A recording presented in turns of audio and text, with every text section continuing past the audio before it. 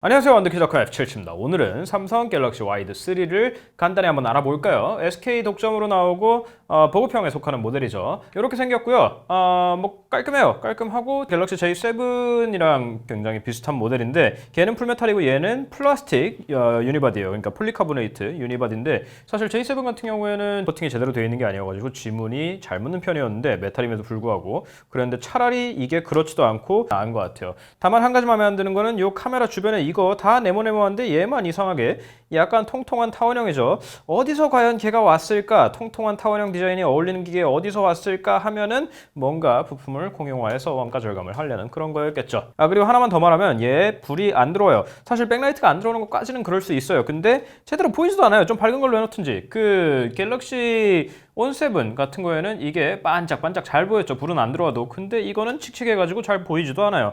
그나마 이 멀티태스킹과 백버튼 아이콘을 갖다가 갤럭시 S8부터 들어간 이 새로운 아이콘으로 바꿔준 게 센스라면 센스일까요? 다음은 화면인데 화면을 켜기 전에 얘는 지문으로 하는 것 같지만 안면 인식이에요. 문제는 안면 인식이 꽤 느려요. 이건 조금 이따 더 얘기할게요. 일단 화면에 대해 얘기를 하자면 5.5인치 HD 해상도의 디스플레이가 들어가 있어요. 근데 5.5인치 HD면 해상도가 좀 낮은 편이죠. 하지만 얘는 펜타일 아몰레드가 아니라 RGB 방식의 LCD가 들어가 있기 때문에 생각보다 나쁘지 않아요.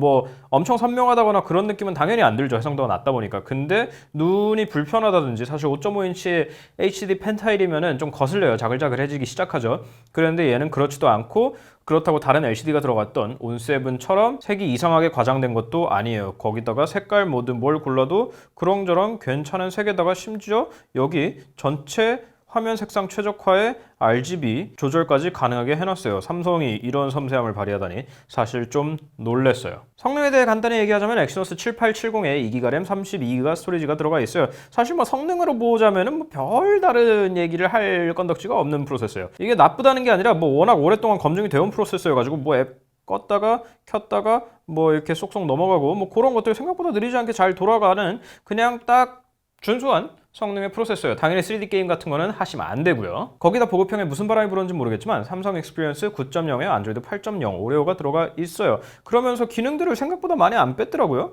뭐 Always on 디스플레이 같은 거야 뭐 LCD니까 어쩔 수 없다 손 치더라도 대부분 이제 뺄 수 있는 기능들은 유용한 기능 요 주변에 있거든요. 근데 여기에서도 생각보다 뭐 그렇게 뺀 게 많이 없어요. 눈에 띌 만큼 뺀 거는 캡처했을 때 스크롤 캡처 안 되더라고요. 이거 치사하게 뭐 이런 걸 다 빼나 싶은데 이거 뺐고 손날 캡처도 안 되고 삼성페이야 뭐 하드웨어가 필요한 거니까 키패드 진동도 안 넣었는데 그것도 좀 사실 넣을 수 있는 거거든요. 더 비싼 거에 들어가는 햅틱 진동 같은 그런 게 아니더라도 진동 모터로라도 키보드 누를 때 진동 정도 울리게 해줄 수 있는데 기본 키보드에서 그게 안 되죠. 버튼 누를 때라든지. 그걸 제외하면은 생각보다 센서도 다 넣어줬고요. 얘는 조도 센서도 들어가 있죠. 너무 당연한 얘기긴 한데 한 가지 없는 센서라면 지문 인식 센서가 되겠어요. 대신에 아까 말씀드린 것처럼 얘가 안면 인식이 들어가 있어요. 근데 뭐 갤럭시 S 시리즈라든지 요즘 안면 인식 다 들어가죠. 이 전면 카메라로 하는 거예요.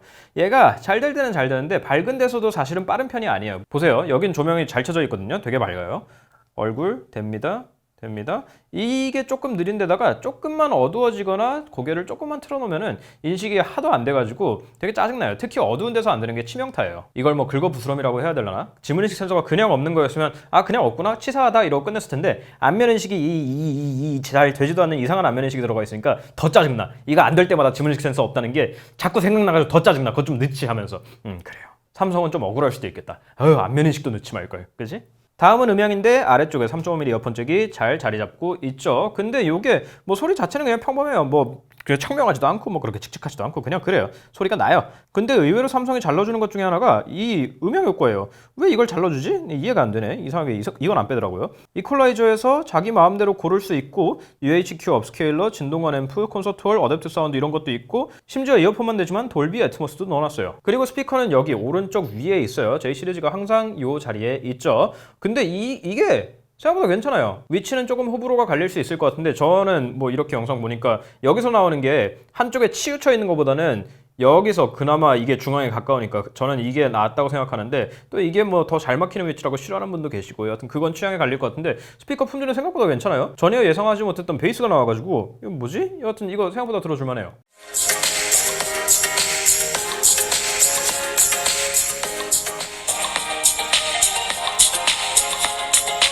다음은 카메라인데 뭐 이렇게 고전적인 방식으로 딱딱 해서 켜주면 되죠. 이 사진에 f1.7이 들어가 있거든요.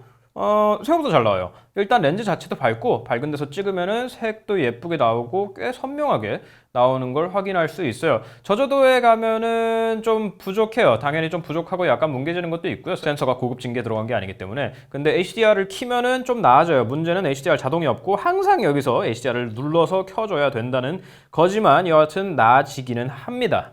근데 아무래도 OIS 같은 게 없다 보니까 좀 잘 흔들리는 편이고요. 근데 이상하게 J7-2017보다는 좀 덜 흔들리는 것 같아.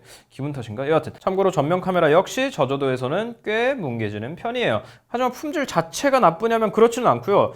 사진 자체가 안 나오진 않아요. 그리고 여기 셀피 포커스라고 그 얼굴에 맞춰가지고 뒤에 아웃포커싱 해주는 거 있죠. 보통 인물 모드라고 부르는 그거 들어가 있어가지고 뭐 나름대로 그럴싸한 사진을 찍을 수 있어요. 근데 이거 쓰면은 더 흔들려요. 그거는 알고 계셔야 돼요. 다음은 배터리죠. 3300mAh 배터리가 들어가 있는데 역시 예상대로 오래가요. 8시간 정도 화면 켜짐이 나오고요. 이 정도면은 뭐 제 기준으로도 하루를 충분히 쓰고 이틀 다는 아니지만 여하튼 하루 반 정도 쓸 수 있는 용량이다 보니까 이 정도면 뭐 아주 훌륭한 편이고요. 다만 충전은 조금 느린 편이에요. 얘가 받을 수 있는 풀파워 5V의 2A짜리 충전기를 써도 2시간 정도 걸려요. 자, 이제 말씀드릴 대로 말씀드린 것 같으니까 결론으로 넘어갈게요. 갤럭시 와이드 3 나쁜 폰은 아니거든요. 나쁜 폰은 아닌데 문제는 가격이에요. 얘가 32만 얼마잖아요. 근데 얘가 갤럭시 J7 2017이 39만 얼마예요. 그거를 생각을 했을 때 일반적으로 2년을 쓴다고 생각을 했을 때 7만 원 차이가 나는 거잖아요. 출고가로만 얘기할게요. 7만 원 차이가 나는데 풀 HD, HD, 지문식 센서 있음,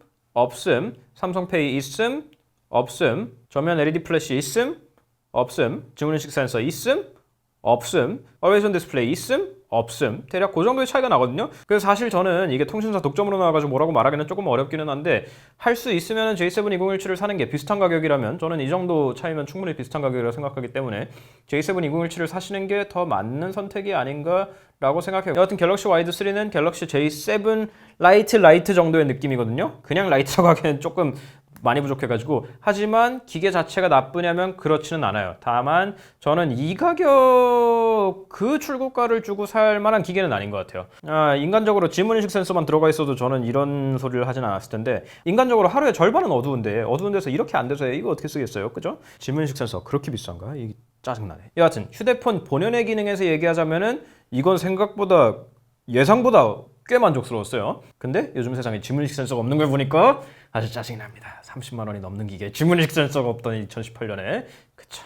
여기까지고요. 혹시라도 질문 있으시면 댓글 남겨주시고 저희 인스타그램, 페이스북, 트위터, 구글 플러스 그리고 네이버 TV에서 만나는 거 잊지 마세요. 다음 시간에 또 뵐게요.